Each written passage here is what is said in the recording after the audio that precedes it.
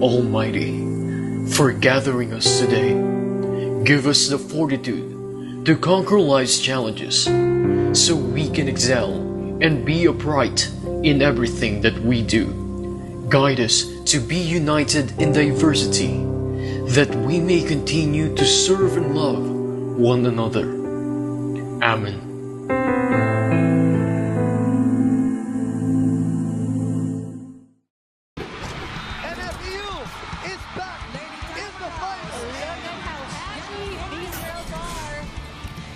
Bill gets them closer.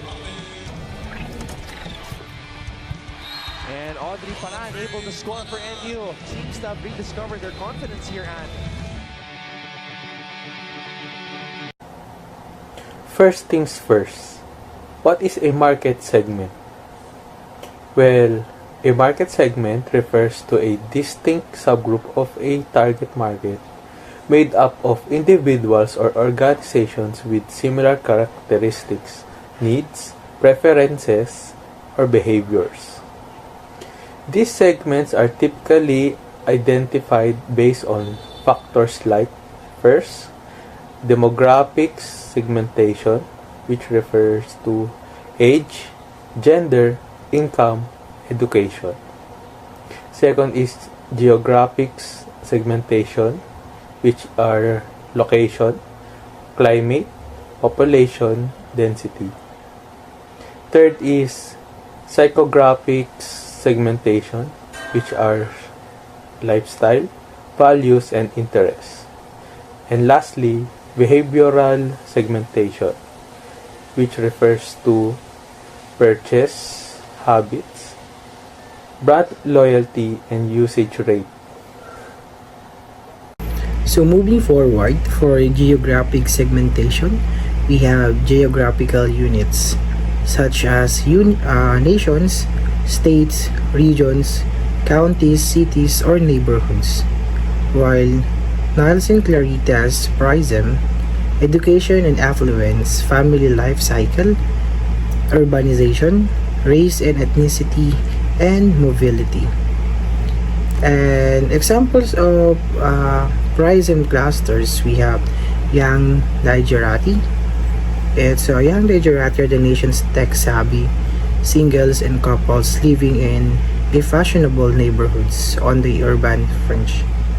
Affluent, highly educated, and ethically mixed, they live in areas typically filled with trendy apartments and condos, fitness clubs and clothing boutiques, casual restaurants, and all types of bars from juice to coffee to microbrew. For Beltway boomers, we have one segment of the huge baby boomers cohort, of course, college educated, upper middle class, and home owning. And Beltway boomers, like many of their peers who married late, these boomers are still raising children in comfortable suburban subdivision and pursuing kid-centered lifestyle. The cosmopolitans, educated, mid-scale, multi-ethnic, the cosmopolitan are urban couples in America's fast-growing cities, concentrated in a handful of metros such as Las Vegas, Miami, and Albuquerque. These households features older homeowners, empty nesters, and college graduates. A vibrant social scene surrounds their older homes and apartments, and residents love the nightlife, of course, and enjoy leisure-intensive lifestyle. For the demographic segmentation, we have the life stages, or life stage, gender, income, generation, race and culture, age, and life cycle stage. First demographic is age and life cycle stage, which pertains to our wants and abilities change with age. Second is life stage, which is a person's major concern, for example, divorce. Third is gender. Men and women have different attitudes and behave differently.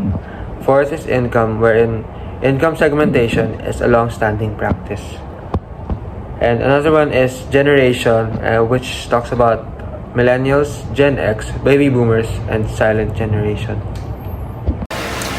Multicultural marketing recognizes that different ethnic and cultural groups have unique preferences and require targeted market strategies.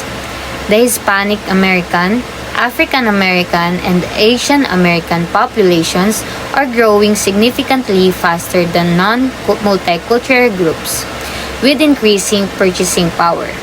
Hispanic Americans, now the largest minority in the U.S., are projected to make up 17% of the population by 2020, with purchasing power exceeding $1.5 trillion by 2015. They emphasizes strong family values and ties to their country of origin. Asian Americans, primarily from China, the Philippines, India, Vietnam, Korea, and Japan, are branded conscious but not highly branded loyal. They value social perception, safety, and education. African Americans, with a projected spending power of $1.1 trillion by 2015, are fashion conscious and prioritize quality and selection. They are highly engaged with television, radio, and social media, especially Twitter. Additionally, the LGBT market accounts for 5% and 5% to 10% of the population and holds $700 billion in buying power.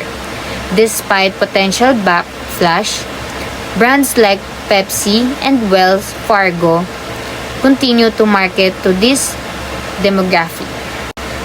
Psychographics is the study of psychological and demographic factors to better understand consumer behavior. Even within the same demographic group, individuals can exhibit vastly different psychographic profiles, influencing their purchasing decisions.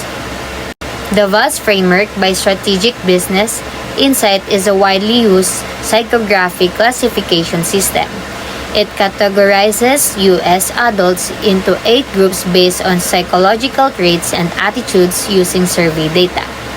The framework is structured around 2 dimensions, which is consumer motivation and consumer resources.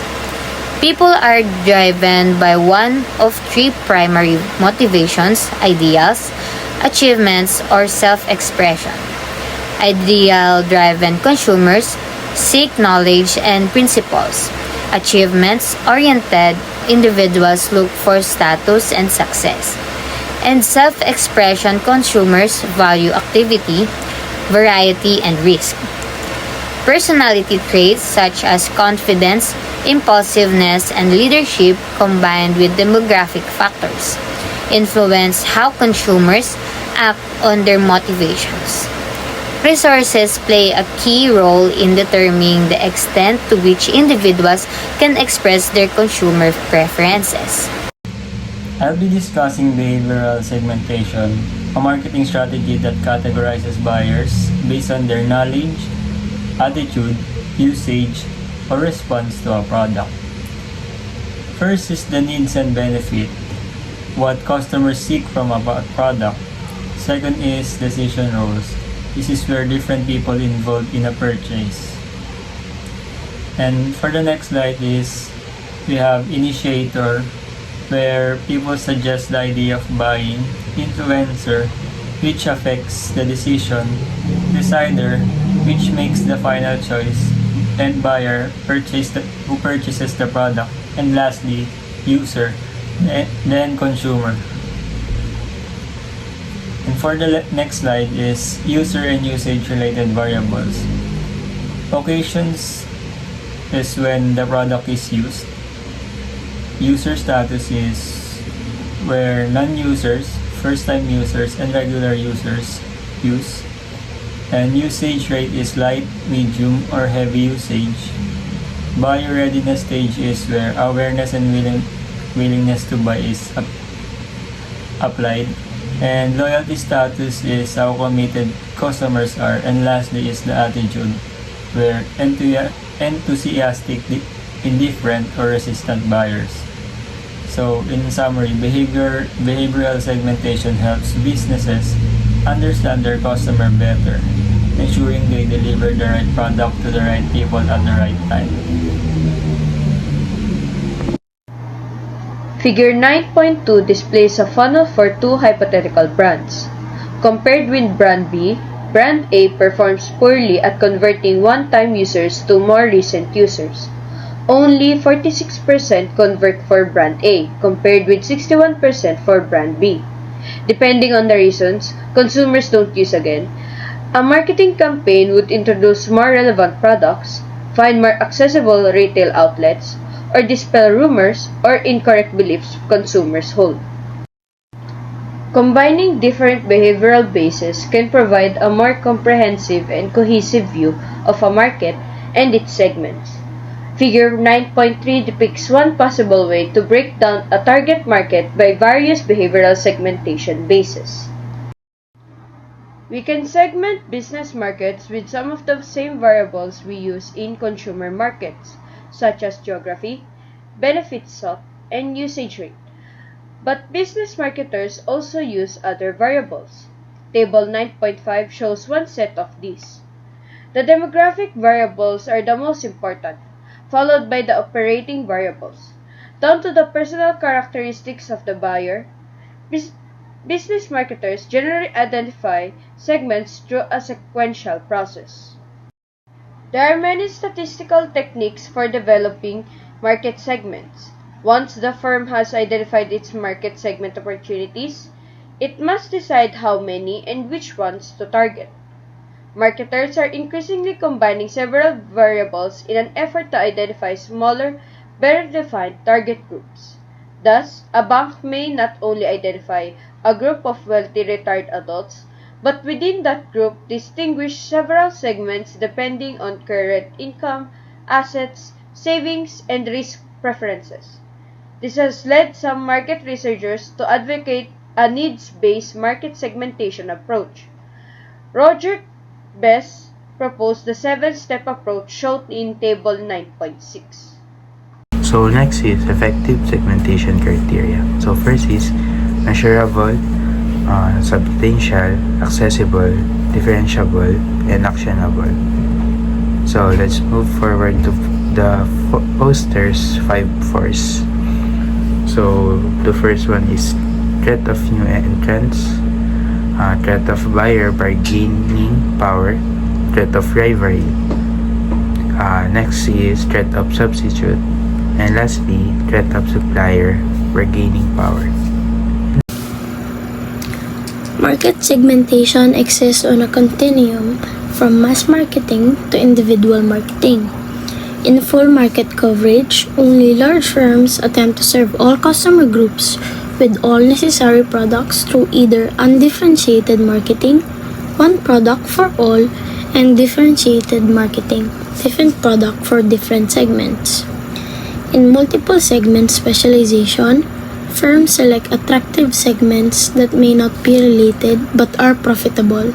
Strategies include super segments, group of segments with shared similarities, product specialization, selling one product to various segments, and marketing specialization, serving multiple needs of a single customer group. In single segment concentration, firm focus on one segment, gaining expertise and strong marketing position. In individual marketing, one-to-one marketing tailors products and communication to individuals.